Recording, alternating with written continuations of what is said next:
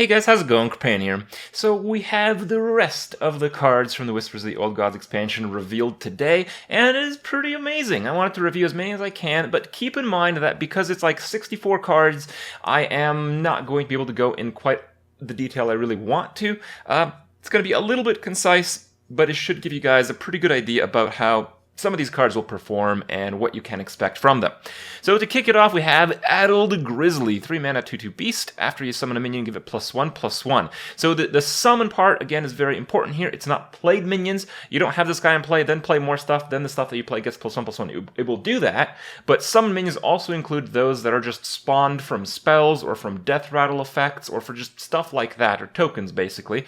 So because it includes those, it's actually pretty good. It's very similar to Power of the Wild, in the form that Power of the Wild can just give all your stuff +1/+1 that's already in play, or you can use Power of the Wild as just a beast, just like you can Addled Grizzly because it's a beast. So it's very similar to Power of the Wild, making it, pretty damn good. But the thing to really consider is that, it might do a little bit more and be a little bit better in some niche decks, and Power of the Wild was already almost constructed level. Should be pretty good in Arena if you get a few Deathrattle minions that are no longer playable in Standard, but, we'll see about that. Then we have Fandral Stogham, the 4 mana legendary for Druid. 3/5 for 4 is pretty good stats. You have to keep in mind that, with most of the super broken cards leaving the Standard format, this is actually a pretty solid statted 4-drop. Not premium, but it's pretty good. Your choose 1 cards have both effects combined. I don't know how this will work with some of the transform effects, like Druid of the Flame. It can't be both a 5/2 and a 2/5. Maybe it'll be a 5/5, but that's not really how it would work normally. So I don't know. They'll probably have to reword something or clarify something. I'm not too sure right now. But the card seems pretty good. The effect is certainly quite powerful, but it is one that might be difficult to actually successfully get much value out of. I think this is kind of like a noob trap card. Like, it looks really powerful, but obviously this effect is only going to be while the card is on the board. If this effect is actually very powerful, people will kill this guy, and you will not have the effect. Yeah, it's not gonna break the game or anything. It's because the average minion power level is gonna go down a lot. This guy is playable, but I don't think it's as good as a lot of people think. You have to have this guy in play. You have to have meaningful situations where both the choose effects are powerful in the given state, and you need a lot of choose cards. And a lot of the choose cards just got nerfed into oblivion. So I don't think it's a great card, but sure, why not? It'll probably have a few pretty cool highlights. And we have Feral Rage. I am pretty excited about this card. It's a 3 mana spell that gives you either 4 attack or 8 armor. So 4 attack for 3, especially because you're going to be on the receiving end of some extra damage from that attack. It's kind of like a really bad 3 mana removal, but you can gain 8 armor. And gaining 8 armor is better than healing for 8 if you are targeting your hero. If you compare this to Healing Touch heals for 8. But, it's a little bit different because you can heal for 8 on a big minion. But decks that exclusively use Healing Touch for self-healing, like Fatigue Druid, Feral Rage is just a clear better card that does the same thing but better and more. So it's very good. I also think it's very good in Arena because Arena games are often, you're losing by a lot or you're winning by a lot. There's very few situations where it's too back and forth with Druid, because Druid has really powerful minions, but if you're behind on tempo, these minions suck. So if you're ahead and you want to just push for more and more advantage, gaining 4 attack for 3, just pushing for a little bit more removal is very powerful. And if you're on the receiving end, gaining 8 armor is really powerful because it allows you to extend your life into the state where you can make use of your really big minions. So it's actually a very good Arena card. It's in the common slot. You're going to see tons of them. I actually think it might be pretty good just in a regular Druid deck. Instead of having some kind of heal minion, you can just use Feral Rage. It's a pretty good card. Then we have Forbidden Ancient. It's a 1 mana 1/1, and the Battlecry spends all your mana, and you gain +1/+1 for each mana spent. So it can become at most a 10/10 minion. For 10, it kind of sounds pretty okay to just curve out and just get the biggest minion possible any given turn, any given situation. It's alright in that sense, but you can obviously silence this guy, and then he's just going to be a 1/1 again. So that kind of sucks. There's some synergy with Brand where you basically get double the value from your mana, but I think it's mostly some fringe situations, and I don't expect this guy is going to be too powerful. And you have Carrion Grub, Hunter card, 3 mana, 2/5 Beast. I think this is an extremely powerful card for Arena. 3 for a 2/5 is premium stats, especially because in Arena, as opposed to standard format, you are going to see a lot of the just super annoying Deathrattle garbage. That's still going to be played a lot. And it's just premium stats for that, and it's an excellent target for Houndmaster. So you play this on 3, you Houndmaster it on 4, you have a 4/7 Taunted Beast, and you have a 4/3 behind it. That's crazy. Crazy, absolutely insane. I don't think it's like broken or anything, so it probably won't see really any constructed play, but who knows? I mean, beasts are cool. Just that cards kind of need to be pretty damn OP to see regular constructed play, or need to be synergistic with those cards, which this is maybe on the verge of that. Fiery Bat. Common 1 mana 2/1 Beast. Deathrattle, deal 1 damage to a random enemy. This is one of the most powerful cards you can possibly play on turn 1, but my concern with the card is that it's really crappy to play after turn 1. So with those parameters, it seems like a very good card to play in the super aggressive Hunter decks that just runs out of steam on like turn 5 or 6, because, you know, at that stage of the game, this card is good, and in the later stages of the game, you just need to have won already, or you're not going to win. So it kind of works in that hyper-aggressive Hunter deck. It should be pretty good in Arena, despite the fact that 1 health is very bad in Arena. It does pose as a huge threat against most 2-drops that your opponents are going to try to play. So it's super powerful on turn 1, despite having 1 health. And, you know, maybe the 1 damage pinging hero classes in Arena won't really be so dominant after we see some of the cards here. Infested Wolf, 4 mana 3/3 Beast. Deathrattle summons 2 1/1 spiders. The 1/1 spiders are also going to be beasts, and that is a significant fact. So it's 4 mana for 5/5 total worth of stats. That's pretty alright. It's kind of like a mini high main, but it's not as valuable for like the stat to mana ratio, and I think it's better to have on a Deathrattle minion higher attack than evened out stats, as Infested Wolf has. So it feels like it's almost a super powerful card, so it's probably just an okay card, but it's an okay Deathrattle card, and they introduced some, you know, synergistic stuff with Deathrattle minions and Hunter and its Beast, so it's got a lot of little angles that are possibly going to be relevant, so maybe the card is going to be pretty good. I think it's going to be quite alright. Quite alright is my assessment. On the Hunt. 1 mana, deal 1 damage, summon a 1/1 Mastiff. So it's basically a Elven Archer, but instead of getting the damage from a Battlecry, which can bypass untargetable minions, so it kind of loses out on that, it is a spell, so because it is a spell, you can use it with cards that work off of spells, and stuff like spell damage, which I don't know if you'd really want to run in Hunter, but I guess you could, and I guess you could make this card better as a result. Seems kind of like whatever. Yeah, just whatever. Mage Legendary, Anomalous, 8 mana, 8/6. Deathrattle deals 8 to all minions. Now, it's difficult to assess this guy. So he's obviously terrible if people are playing aggro decks, because you would just run a board clear much cheaper than this guy to deal with your opponent's minions, but board clears do not do 8 damage to your opponent's minions. Well, they also don't do damage to your minions in general case with a mage. It seems like a very good card if your opponent has a big board and you're not going to die. Maybe you have like an ice block or something very fancy state of the board that maybe you just won't die. It can act as a huge board clear.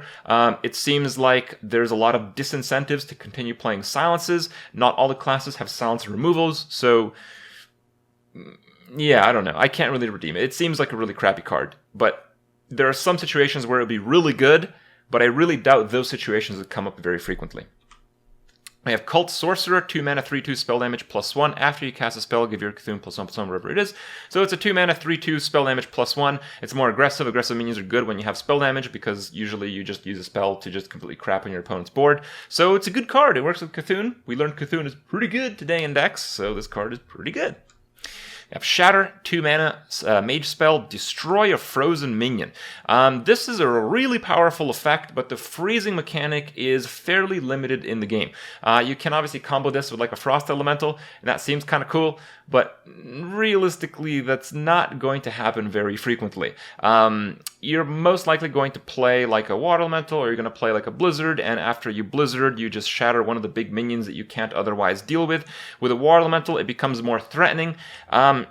It's a really powerful card if you could just freeze stuff all the time, but you can't. Freezing is kind of difficult to do, so because of that, it's very difficult to see how it will fit in. It's like a broken card. If it was easy to freeze stuff, it's broken. This card is nuts. But yeah, that makes it more challenging to use, and it probably won't even see play at all, is my guess. And we have a Light in the Darkness, Paladin spell. Discover minion, give it +1/+1. So this card is pretty terrible compared to like Raven Idol. It's actually horrible compared to Raven Idol. So because of that, it probably won't see any constructed play. It's just not really good enough. But in Arena, Raven Idol is great. If you can give a minion +1/+1, that makes it so it's kind of like a late game Raven Idol. So it's kind of like slightly worse Raven Idol.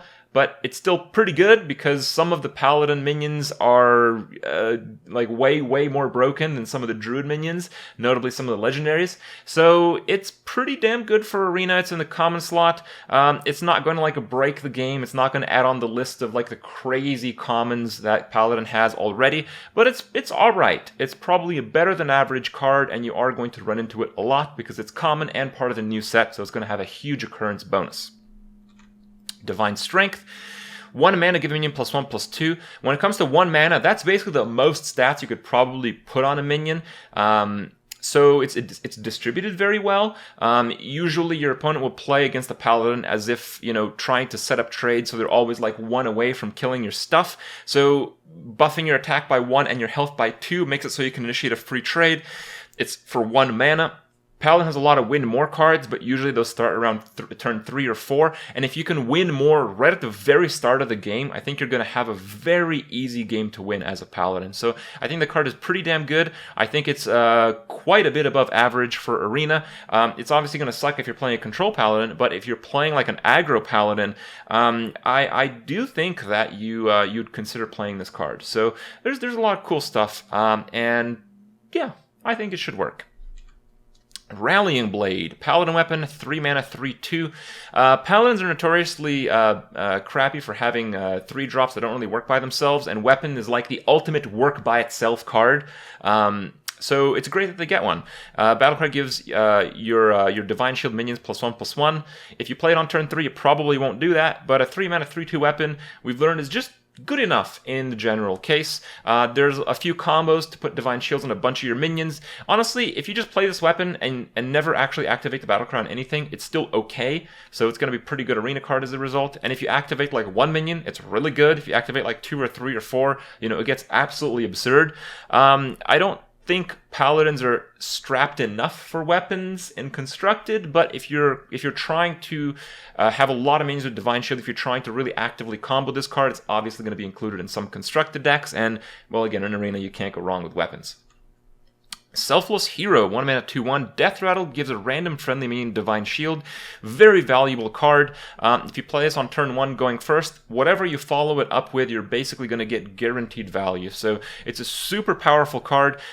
It's very difficult to assess how it will work in a more aggressive, refined list in a Constructed Paladin, because you're probably going to want to play Divine Shield minions already. So if you give a minion with Divine Shield again, it's pretty terrible. So you kind of have to run like a very strange type of list to make this card work. You can probably do that, though. You can probably do that. So I would not be surprised to see some Constructed play from this card. There's been very few aggressive cards released, and actually a lot of them have been Paladin. So maybe Paladin is going to be one of the new very aggressive decks out there. It has seen a little bit of that in the past, but it might be among few other classes that can do that in the future. Should be pretty okay in Arena, but often on a rare slot, you will get better selections. Priest card, Darkshire Alchemist, 5 mana, 4/5, Battlecry, restore 5 health. So you can restore 5 health to a minion or your own face if you need to heal for more. The stats are pretty good. Obviously, healing for 5 on whatever you want, you have to pay a price for that.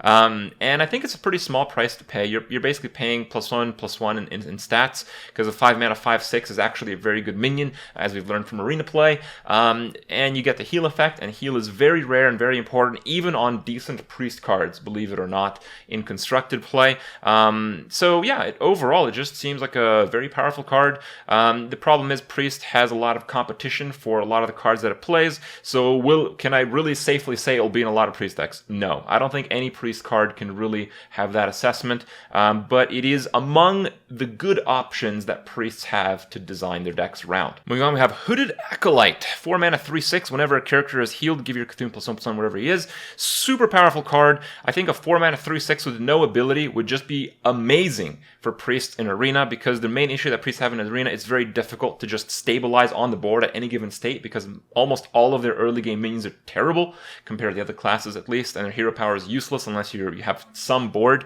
So just a 4 mana, 3/6 that does nothing would be amazing in Arena, but the Cthulhu cards I don't believe are going to be put in the Arena system, so you will not get this as part of your Arena selections, which sucks. We saw the Cthulhu decks are pretty good. This is still a pretty good card for Constructed. If you're playing a Priest Cthulhu deck, you'd probably consider it, and yeah, seems good, man. And we have Power Word Tentacles, 5 mana, give a minion +2/+6.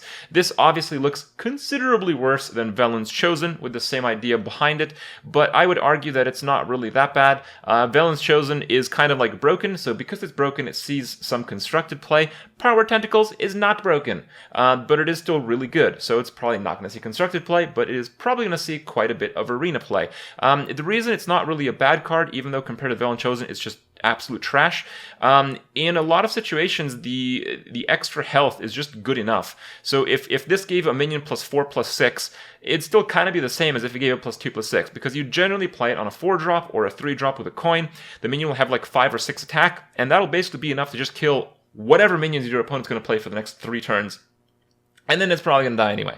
So it's probably going to initiate a 2-for-1, maybe 3-for-1. It's going to allow the priest to start winning if he had a 3 or a 4 stay alive. So it is very powerful because priest really needs cards like that.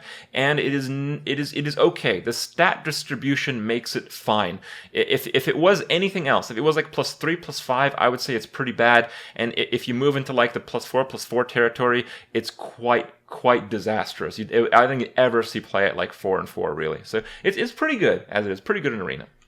We have Twilight Darkmender, 5 mana, 6/5, Battlecry. If your Cthulhu has at least 10 attack, restore 10 health to your hero. Huge heal, decent stats, aggressive stats, and aggressive stats is okay generally. If you're behind is usually when you want to heal, and in that case you kind of want more defensive stats, but it's okay. It's alright. I like the heal. I like that Priest has a lot of Cthulhu cards because Priest kind of plays into that theme where you kind of do one purpose and play through most of your deck before you achieve it, so seems good. Rogue cards, we have Bladed Cultist, 1 mana, 1/2 combo, game +1/+1. Pretty powerful card if you can combo on turn 1. Can you combo on turn 1? Not really. That's pretty hard to do.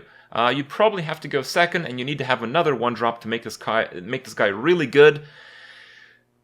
Maybe you can do that. I don't see it as being too powerful, especially in Constructed. In Arena, if you're trying to play like a hyper-tempo deck, I think he can be pretty decent, and it's an okay 1-drop, and 1-drops are really hard to get like high quality in Arena, so it's probably pretty okay in Arena. Blade of Cthulhu. Man, I love this card. 9 mana. I mean, 9 mana, you're like, wow, not playing it. But it's 9 mana, and it has the Assassinate effect to destroy a minion, but it's not a targeted one, so you can destroy a minion that can't be targeted normally.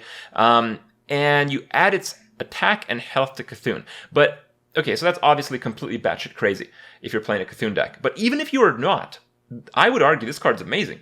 A player like me who plays Arena, I play a card like Assassinate a lot.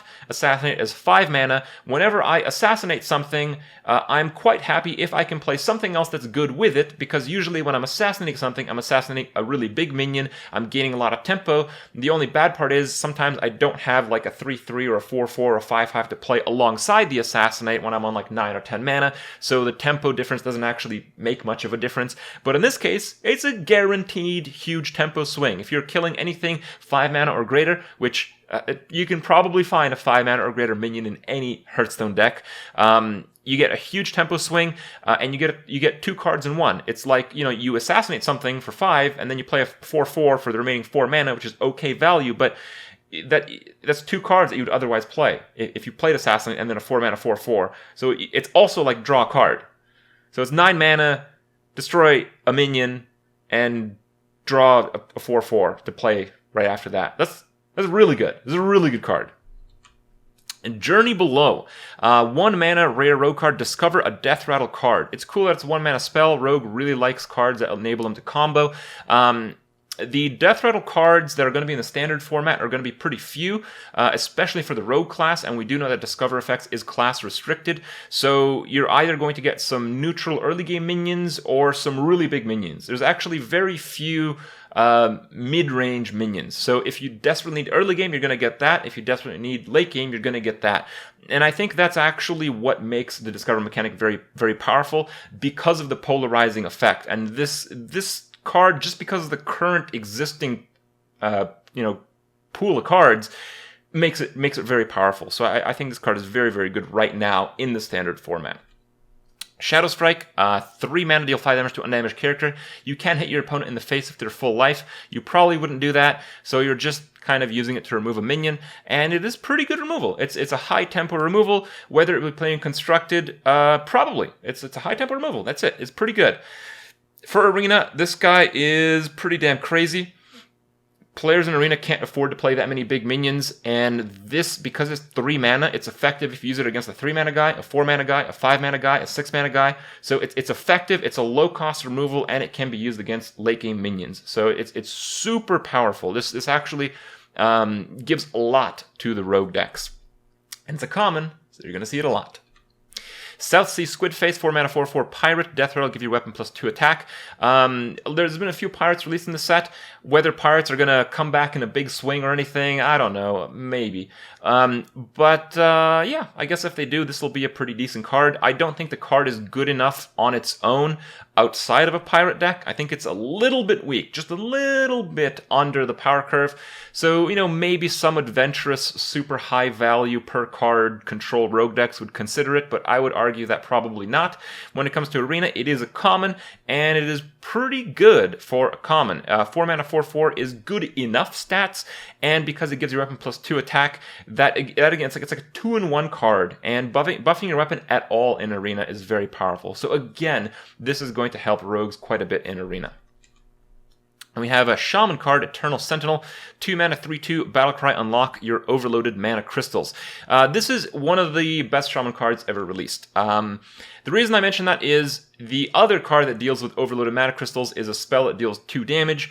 The problem with that card is you actually very rarely can get value. I'm not talking about face damage, I'm talking about value out of that spell when you need to drop your overloaded mana crystals. So a spell that deals 2 damage is so much more situational, and it's so much less value for what its mana cost is. Like, typically for 2 mana, you want a spell that does 3 damage. That is an adequate value card. For a minion, if you get 3/2 worth of stats for 2, that is better than a spell dealing 2 for 2.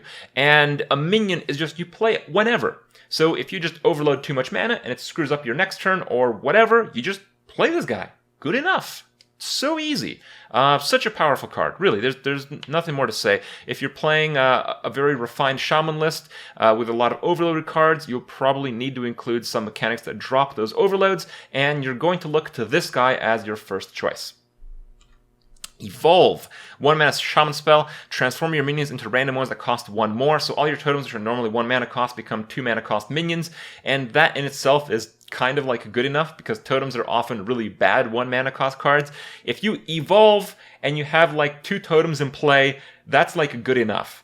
The extreme case is that you have a big board, you trade into a lot of your opponent's minions, most of your minions are injured, you just play like another totem, you play another like Battlecry minion that has most of its mana cost within its Battlecry in terms of value, you play Evolve, you might gain like 10 or 20 mana worth of value, and you're going to laugh about how broken this card is in some situations. How reliably can you get in those situations? I would say reasonably often that the card will see quite a bit of play. And this is going to be obviously one of the craziest cards out there as well. There's so much randomness in the card, but almost always you'll be very pleased with the result.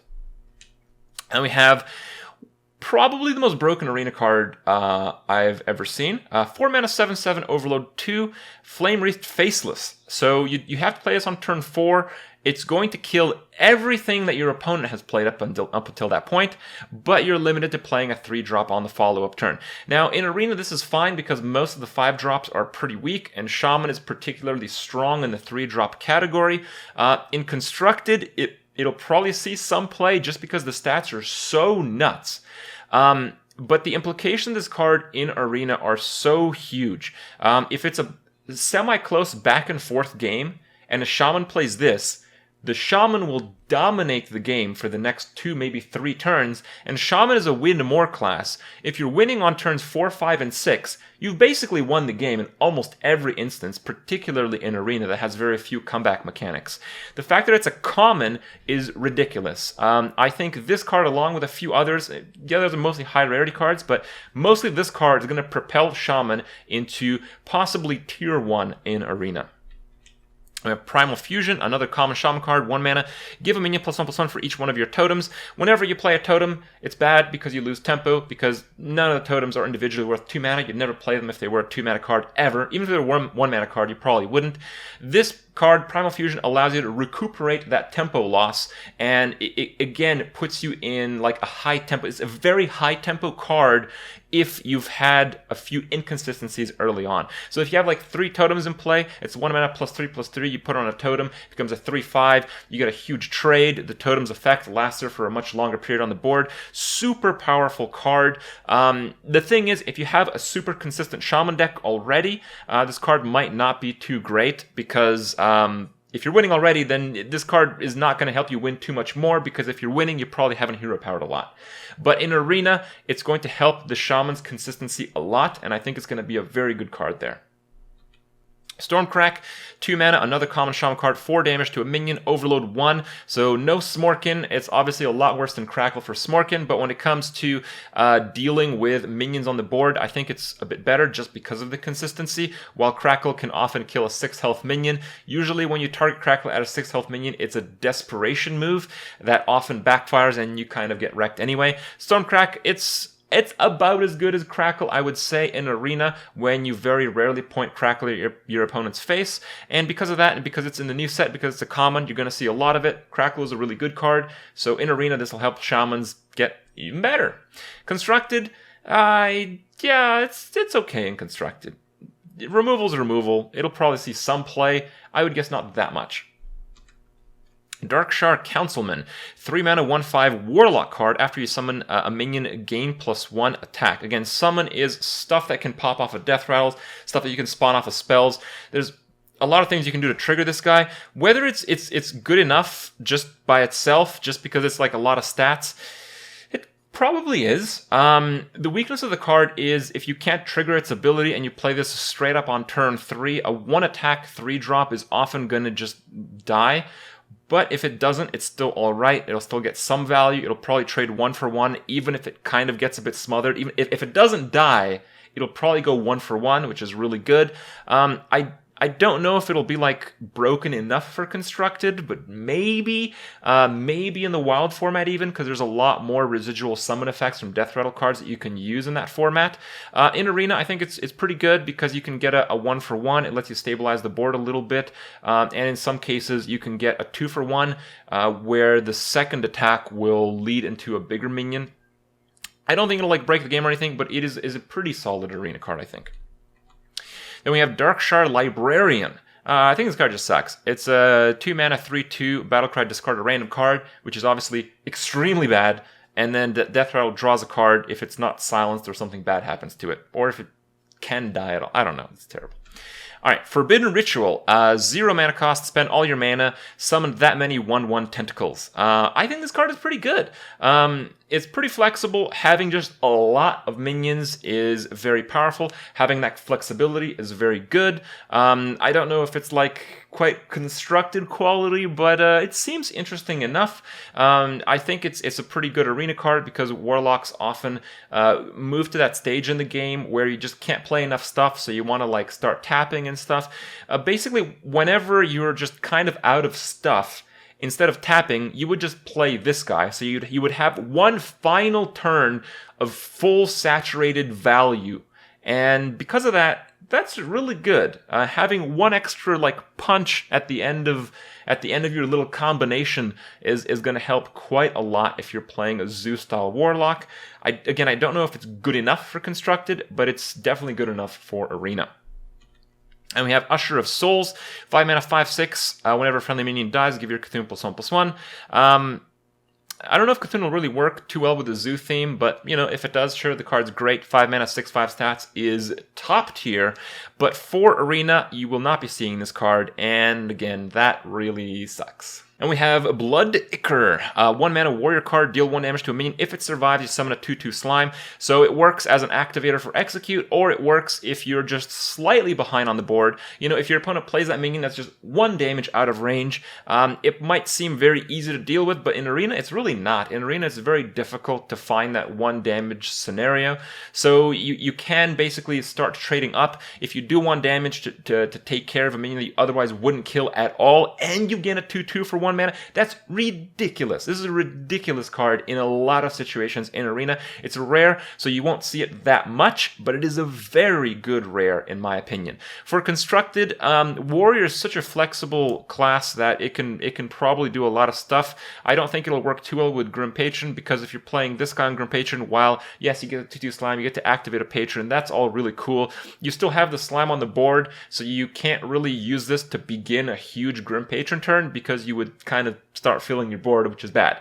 So yeah, but it is really, really cool in Arena. It's very powerful in Arena, and I wonder if it'll make some of the more controlly warrior lists. I'm curious. I'm not sure. I don't really have a great opinion on that. And we have Bloodhoof Brave, 4 mana, 2/6 taunt, enrage, +3 attack. This card is good. It's just straight up good. 6 health taunt on a 4 mana minion is very powerful. If you're in a desperate situation that you just want to stay alive at all costs, it's very powerful. A card like Gurubashi Berserker is kind of what reminds me of this card. And Gurubashi Berserker, in the last few months that I've played it since League of Explorers, because so many people are playing like smaller and more aggressive minions, Gurubashi Berserker is actually an amazing card. And this card seems a lot better. Okay, well, it's slightly worse than Gurubashi Berserker, but it's 1 full mana crystal less, which makes it a lot better, and because it's taunt, it allows some additional flexibility. So I think it's going to be a tremendous card for Arena Warriors, and they need it. For a Constructed play, it might actually be good enough. You would play this in Control Warrior just because it's 6 health worth of taunt for only 4 mana. That's very powerful. But mostly if you are not able to hold off your opponent's minions with spells and weapons. So we'll have to see how that will balance out. That's really too difficult of a question to answer right now. But just in case Warriors are actually getting smothered by Zoo decks, there will always be Bloodhoof Brave to turn the tide. Then we have Bloodsail Cultist, a 3 mana, 3/4 pirate. If you control a pirate, give your weapon +1/+1. I don't believe it'll work off of itself. Some Battlecry abilities work after you play the minion. Some work before the minion goes into play. I would imagine this works before the minion goes into play. So you would need another pirate to give your weapon +1/+1. But it's still a 3 mana, 3/4. That's premium stats. It's still a pirate, and the pirate tag is actually pretty difficult to satisfy, and it's pretty expensive in some situations. So it enables maybe a few pirate warrior decks to live. And yeah, buffing your weapon is really good because most of the pirates work off of your weapon already. In Arena, it's a 3 mana, 3/4, and maybe if you're lucky, you get the effect. If you're not, it's a 3 mana, 3/4. So you don't really lose too much on that. It's a pretty good card. Then we have the Warrior Legendary, Malkarok, 7 mana, 6/5 Battlecry, equip a random weapon. So on one hand, this sucks because some weapons are really crappy. It will overwrite your existing weapon, but you kind of lose Deathbite in Standard, so you might just not want to include too many weapons to begin with. This might substitute for a weapon. You might get Cursed Blade and lose the game on the spot, but that is pretty rare. You're looking at like 5% chance or so, maybe a little bit less than that. Probably a little bit less because they just introduced quite a few weapons, but it's roughly there. So it kind of sucks to just kind of throw the game on a Cursed Blade, and because of that, people might choose not to run it. But it is kind of in line with how Control Warrior works. Control Warrior is good because you have cards that work together, you have cards that keep you alive, and the cards that do other stuff are usually ones that are very heavy. This is a heavy card. You get a big minion, and you get potentially a pretty decent weapon on the same card. rather than 2 separate cards. So the heaviness aspect of the card is relevant to the Control Warrior, and I think some Control Warriors will end up playing this guy. Should be a lot of fun to play in Arena as well. Aberrant Berserker, 4 mana 3/5, enrage +2 attack. I'm not crazy about the card. The stats are just a bit too poor, and the enrage doesn't really have much of an effect. I would have loved to seen this card as a 2/7 for 4, but yeah, maybe that'll be a little bit broken. I don't know. Seems okay. It's another okay Arena card to play in the common slot. I don't believe you're ever going to think about playing this card in Constructed. Right. Well, Magma Rager has finally met his match. Whoa. Alright, Bilefin Tidehunter, 2 mana 2/1 Murloc, and the Battlecry summons a 1/1 Ooze with Taunt. That's pretty good. Having a Murloc on one side and having the Taunt on the other is very strong. The issues that most Murloc decks have is a lot of the very important Murlocs start dying very rapidly. And even though, compared to the regular Tidehunter, you don't get 2 Murlocs in one card, you get a Taunt, and that Taunt can often protect a very valuable buff-orienting or something like that Murloc card that you would really, really rather have protected than just having another Murloc on the board. I've played a lot of Murloc decks, particularly as a Warlock, and introducing like 1 mana Taunts and 2 mana Taunts to just protect the Murlocs made the deck so much stronger. So I think this is going to be a really good card in a Murloc deck, and I think it's going to be a good enough card just to really take advantage of a lot of board states in Arena. Whether you're going to play this guy over other 2-drops in Constructed, I don't know. It doesn't seem broken enough in my opinion, so probably not. A Blackwater Pirate, 4 mana 2/5 pirate, your weapon costs 2 less. It's a pirate. Pirate tags are pretty expensive. Synergizes with weapons, that's good. All that stuff is good. It's a pretty good card.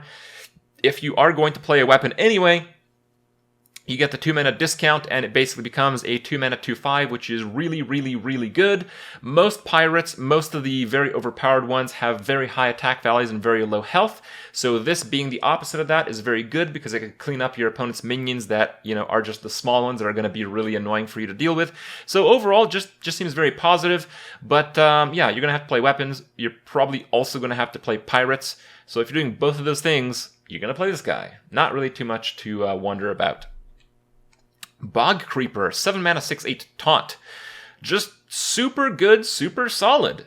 This is going to be an outstanding Arena card. In Arena, you need a certain number of cards to protect yourself against your opponent. You're going to need some cards that are going to be just late game heavy minions to battle with your opponent's late game heavy minions. This card satisfies both of those. It has excellent stat distribution. 6 attack is usually enough to deal with your opponent's big minions, and it has 8 toughness for the taunt aspect. I would say Bog Creeper is better than Ironbark Protector by a wide margin, and it's common, so you're going to see Bog Creeper a lot in Arena. This is an outstanding Arena card. I also think it might almost be good enough to play in Constructed. That is tough to tell. You'd probably want a deck that synergizes with taunt minions in general, and I don't know how you would do that too easily. So good luck with that. Have your way with those decks. Corrupted Seer, 6 mana Murloc. Battlecry deals 2 damage to all non-Murloc minions. If you compare this to like Demon Wrath, it's kind of like that, and that card does 3 to non-demons. You don't have to be playing that many Murlocs. If you just have a few Murlocs, that's pretty good. It acts kind of like a board clear. So if you have a 3 mana as part of the board clear aspect, you have like a 3 mana 2/3 with the Murloc tag.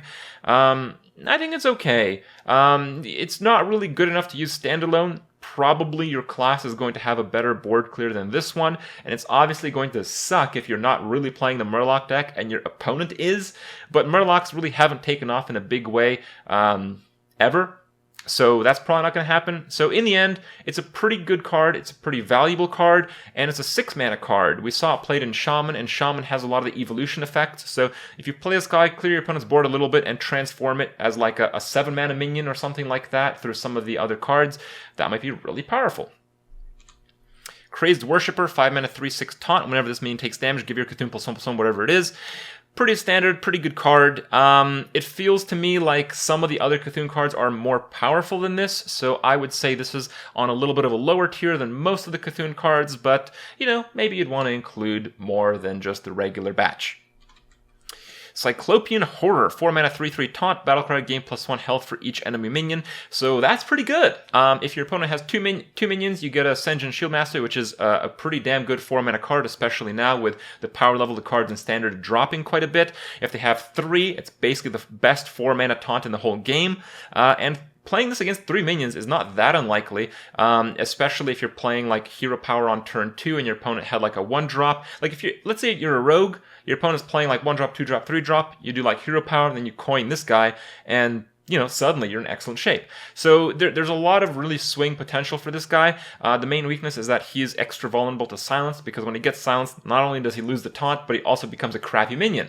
So that's pretty bad, but silences are going to be a bit more rare. So yeah, overall, things are looking pretty good for the Cyclopean Horror. I think it'll be a very good arena card, and I think it will see some constructed play, because there probably will be some aggressive decks that do get a little bit out of control, and this guy will help keep those in check. We have Dark Speaker, 5 mana, 3/6, Battlecry, swap the stats of the friendly minion. So for 5 mana, 3/6 worth of stats is pretty poor, but the idea is that you would swap with a minion that has a really high value effect. There are some very high value effect minions that, it just, okay, so you can say like Dragon Egg. Wouldn't it be awesome to have a 3/6 Dragon Egg? It would. And then you can maybe evolve this guy or do something like that if you're playing Shaman. So there's a few things that you can do with these guys. It's a really interesting card. It doesn't seem broken just by itself, but it looks like there's a lot of cards you can combo with it that would make it very powerful, and I'm kind of curious to see what kind of decks end up using the card. I do believe there's going to be some deck out there that's going to make use of the Dark Speaker. Disciple of Cthulhu, 3 mana, 2/1, Battlecry, deal 2 damage, and it gives you Cthulhu +2/+2.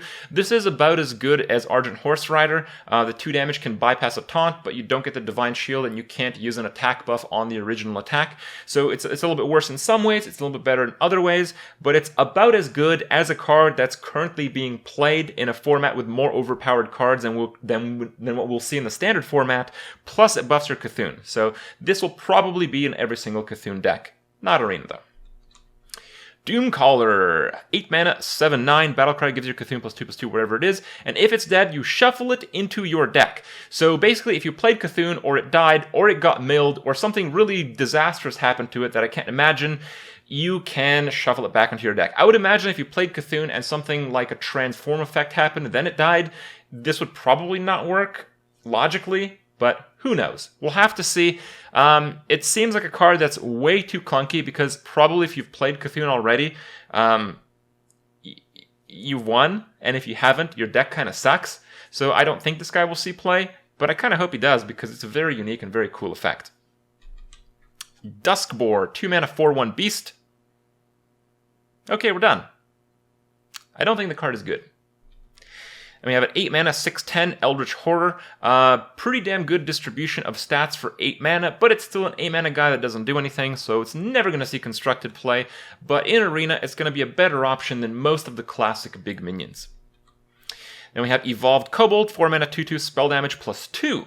So it's a much weaker body, but it's still 4 mana. And I don't know if that 1 additional spell damage is really worth 2/2 in stats compared to the Ogre Magi. And the Ogre Magi wasn't a particularly good 4-drop, even in a spell damage deck. So it's kind of difficult to call this card, but it seems too crappy stats to really see much play.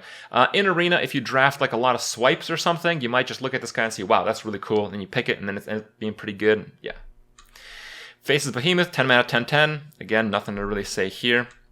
Grotesque Dragonhawk, 7 mana, 5/5, Windfury Beast. Obviously, this is a terrible card, but it is a beast, so you can generate it from a lot of the hunter cards. You can generate from something like Tomb Spider. So often when you play a lot of those minion generation effects, it's pretty good if you just get a big minion. And this is a big minion that qualifies for some of those effects, so it's okay. You're never going to play this card by itself because it's just too crappy, but you are going to run into it in a lot of situations, and I don't think you'll be particularly dissatisfied when you do. Midnight Drake, 4 mana, 1/4 dragon, and it gains 1 attack for each other card in your hand. It's the opposite of Twilight Drake. That makes it suck a lot because health is much better if you've played nothing earlier in the game than attack. So this card is just kind of horrible. Nat, the Dark Fisher, 2 mana, 2/4. At the start of your opponent's turn, they have a 50% chance to draw an extra card. So 2 mana, 2/4 is pretty good in stats, but I don't know if it's like out of this world stats. I don't really think it'll see play just because of that. If you're playing like a mill deck, you have every 2 turns you mill another card from your opponent.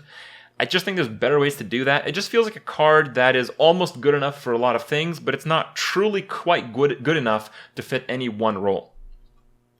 Nerubian Prophet, 6 mana, 4/4. At the start of your turn, reduces this card's cost by 1. This is a very interesting card. It's a common neutral, so we'll probably see a lot of play in Arena. I'm not so sure about Constructed. Some of the math behind the card, if you have it in your opening hand, it will reach 3 mana on the turn that you have 3 mana crystals, so you can play it as a 3 mana 4/4, and that is a pretty good way to play the card. So if you have it in your opening hand, you will probably want to keep it. If you have the card a long time in your hand, it's going to be one of those cards that you're going to tempo out when you play a big turn. So for instance, if you're playing Mage and you had this guy since like turn 2, you're going to Flame Strike your opponent's board, you're going to clear his board, and you're going to play this guy for 0. And he's basically going to enable some of the just colossal tempo swing turns that are otherwise not possible in Hearthstone. That makes him a spectacular Arena card because that is the aspect that controls Arena more than any other. Then we have Psychotron. 5 mana, 3/4 mech, taunt, divine shield. There's not very many mechs, so if you're playing something like Gorilla Bot, you're gonna see Psychotron a lot, and that kind of makes it okay. But when you compare Psychotron to Sunwalker, Psychotron is terrible. So yeah, it's not a card you're gonna play just by itself unless you really, really, really need mech synergy. But that's probably not going to be the case. In the older formats, there's better mechs. In the newer formats, you probably just shouldn't play that type of deck. Then we have Silithid Swarmer, 3 mana, 3/5, can only attack if your hero attacked this turn. This is a very powerful rogue card because you can hero power on turn 2. Then a 3 mana, 3/5 is ridiculous on a follow-up. But it's very difficult to guarantee a weapon in any other situation or class, so I think they might as well would have printed this card as a rogue. Yeah, that's it. Good rogue card, kind of pointless otherwise. Then we have Squirming Tentacle, 3 mana, 2/4 taunt, that's it. A little bit of power creep over Silverback Patriarch, but who cares? Silverback Patriarch is not really well known in the Hearthstone scene. That's about it. Then we have Twilight Geomancer. This is a lot better than that tentacle crap we just did. 2 mana, 1/4 taunt, has 1 less attack, but Battlecry gives your Cthulhu taunt wherever it is. And that's a pretty big deal because when you play Cthulhu, if you don't win immediately, having like a 16/16 taunt on the board is a pretty nice little effect. It might end up as a speed bump, and after you clear your opponent's board, you'll probably be guaranteed at least 2 more turns after that, allowing you to set up a more complicated, a more reliable lethal scenario. We have Twin Emperor of Velcor, 7 mana, 4/6 taunt, and if your Cthulhu has at least 10 attack, you summon the other Emperor. That's the other Emperor. They both have taunt. They're both pretty good. 7 mana for 2 4/6 taunts. That's pretty damn good. And we have Twisted Worgen, 2 mana, 3/1 stealth. Nothing too fancy, but because it's in the new set, because it's a common, it's going to be a pretty common Arena card. It's going to make 1 damage pings against stealth minions, like bomber effects, a bit more powerful as a result, but should be interesting. It's a good card, and it's going to more consistently allow people to curve out in Arena. You're not going to play this Constructed.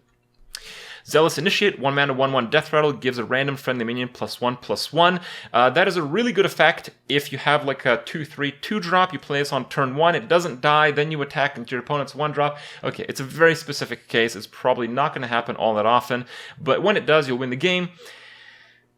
It's just not going to happen all that often. The inconsistency is going to be even pretty bad in Constructed, I believe. I don't see this guy seeing too much Constructed play and fairly niche situations in Arena, but you're going to pick him because sometimes in Arena you just won't have better cards to choose from. Now there were also a few other cards. We have the Dark Arakoa. This card along with the next few were ones that were not released yesterday but were released earlier in the week, and they kind of lie in between the last few reviews, so I want to include them as well.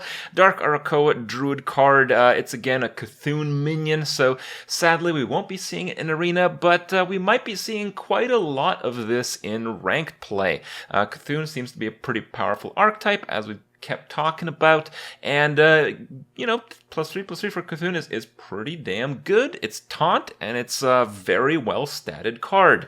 It's not quite like Druid of the Claw level because you're missing that flexibility, but it's really close, and that is exactly what you can expect out of a top tier Cthulhu minion. Then we had Princess Huron, the Hunter Legendary. It's a 5-mana 6/5 beast.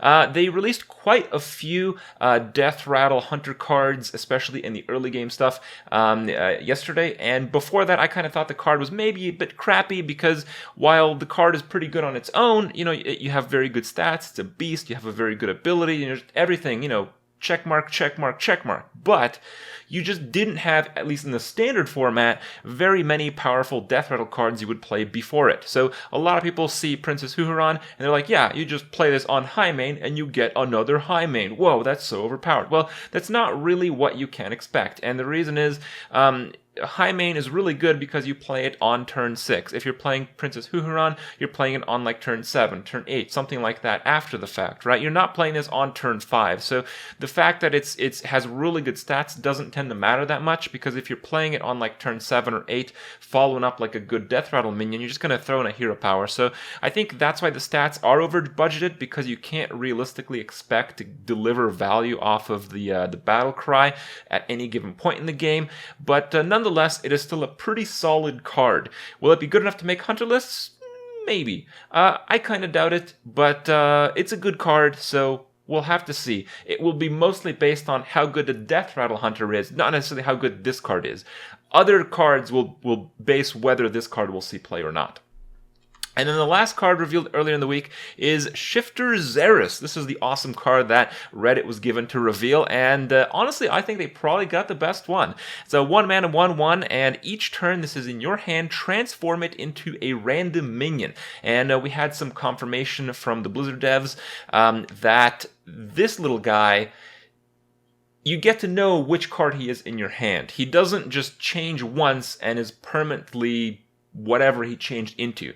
You can hover over the card that he becomes, and that card changes at the start of every turn. So you basically draw this guy, and you wait until you get a very good card, and then you play the card, and then you're pretty happy. And it doesn't seem to have any restrictive things. It can go probably across class and all that kind of stuff. So it's basically like an unstable portal that kind of dictates when you're going to play it. That makes it a lot worse than unstable portal, but because it's neutral and you can wait, and by waiting you have more and more options, that is a pretty hefty benefit.